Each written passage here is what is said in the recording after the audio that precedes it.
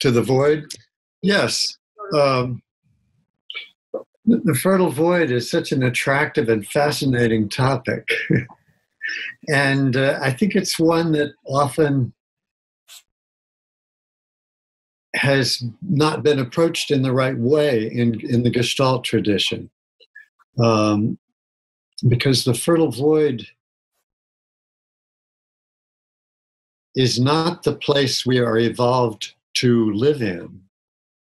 Human beings have evolved to cope with situations, to cope creatively. The human being is the animal that is not driven by instincts. Other animals are programmed for a certain environment. When that environment changes, they have to change very rapidly, or that species dies out most commonly. And a new species can arise and so forth. Humans have persisted and dominated the globe by having become freed from instinct patterns, so that we have this flexible brain.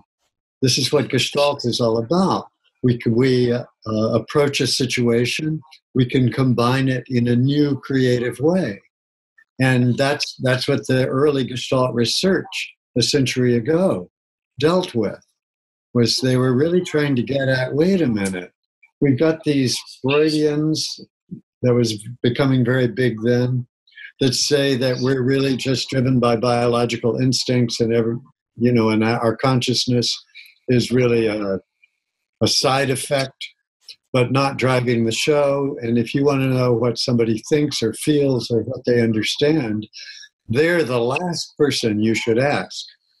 You should ask their analyst, because the analyst understands them and the person is just in denial. So that was that perspective.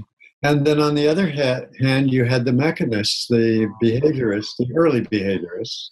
They're more sophisticated now, of course, saying, well, no, it's all training, it's all environment, it's all reinforcement, and a human is much more like a machine. And along came the Gestaltists and said, you're leaving something out. There's a synthetic step that the human mind goes through, an interpretive step. The greatest of all the research Gestaltists, Kurt Lewin, said, there is no such thing as an absolute perception. There is no perception without interpretation. And that gives you that cultural relativism, that interpretive relativism in meeting reality and dealing with it, which was so alarming to lots of people with early Gestalt. And again, in the 60s and the 70s, like, no, it's not fundamentalist enough. Where's your basic text? And not only people outside of Gestalt, but within Gestalt. We had many people when I was young who wanted to reduce Gestalt to a fundamentalist text. It was a certain way of doing things. You had to do them the way Pearls did them, or you weren't getting authentic emotion. Goodman was always a little different.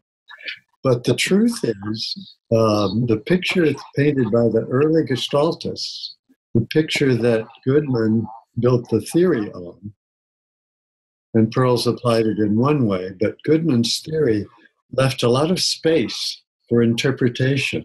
We approach a situation, we interpret it creatively, freely, with a mixture of old expectation and new experience, and we synthesize something new. And that's what we're doing all the time in life. All the time. We think we're separating observation from interpretation.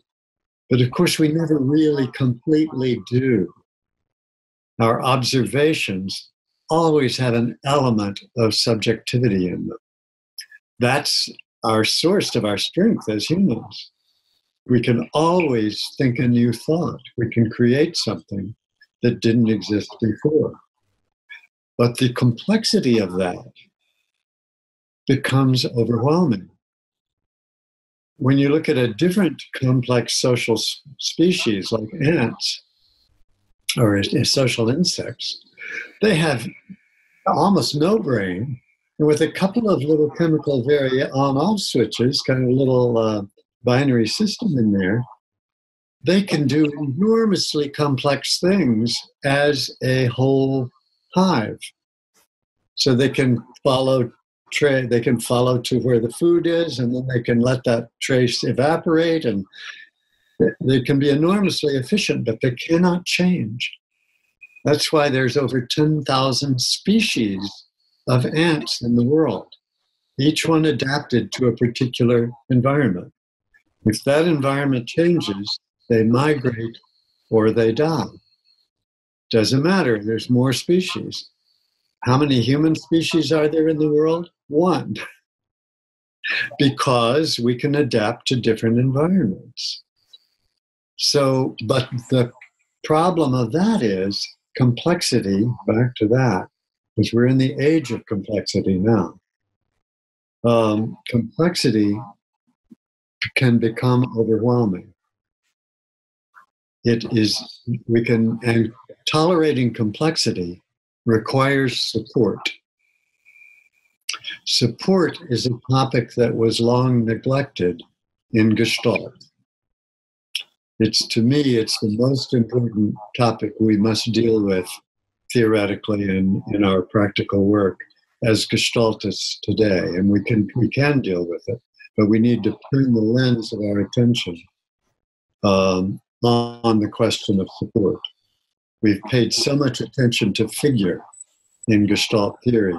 We have to go back to ground and pay attention to ground. Now that brings us to the fertile void. Where do we get away from this busy coping that we do all day long? Because humans do things in an organized, fresh, creative way, which means we're constantly problem solving. Another classic statement of Lewin's, that every perception has the quality of solving a problem. All perception is not one-to-one objective registration. It's a kind of problem solving. I look at a scene to make meaning out of it so that I can cope with what's next. If I want to get refreshed, get a break from that, I have to actually learn techniques for doing that. My natural thing is cope. Synthesize, solve. That's our survival characteristic. That's what we're evolved for. If I want to take a breath, then I can meditate. And the fertile void, the one thing about the fertile void is it's a potentially meditative spot. We step back, we loosen this problem-solving grab that we put on reality, trying to do something with it, and we can have a wonderful feeling of relaxation, and come back with new creativity because we've loosened our hold. And this is what happens in the world today. Our hold on reality, which is our versions of reality, our interpretations, is too tight. It's too tight. We hold on too tight to our own interpretations, too firmly. Our grasp is too firm. We have trouble loosening it. The more the conditions are dangerous in the ground, the less support there is for me, the tighter I hang on to my habits. The structure of the brain deals with complexity by constantly inventing or strengthening habits. I can't, you watch, this is classic, but you watch a baby walk and they're trying to solve the problem of walking. And it takes all their concentration. And then they see the teddy bear and they want to get over to that teddy bear and they forget about walking and they fall down. That's because all of their attention had to be on walking. They were trying to organize it. Pretty soon, that's habituated. It's automated. It's organized. And they do that automatically while going to get the teddy bear. So the intention of going to get something activates all these habits, which are established by now in the brain.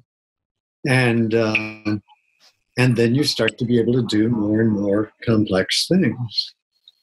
Now, this is what therapy is about.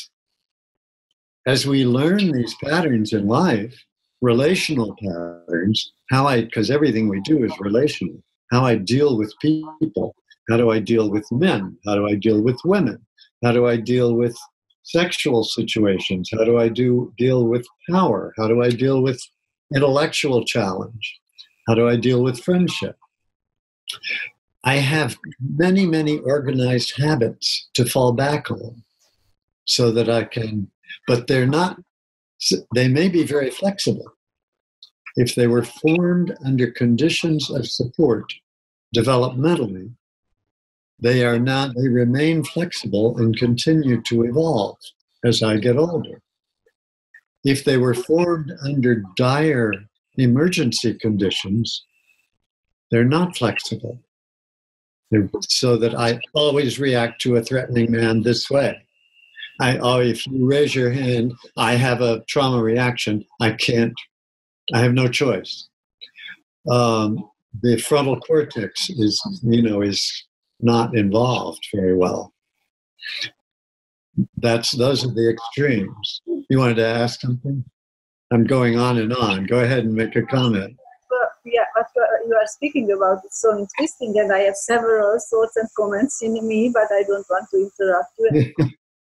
Well, I would just say that when we come back out of the fertile void, we come into a world which we have, or back into a world which we have organized by habits. Now, if these habits were formed with support, like many of the habits, some of the habits I formed as a child, and many of them later, are very flexible.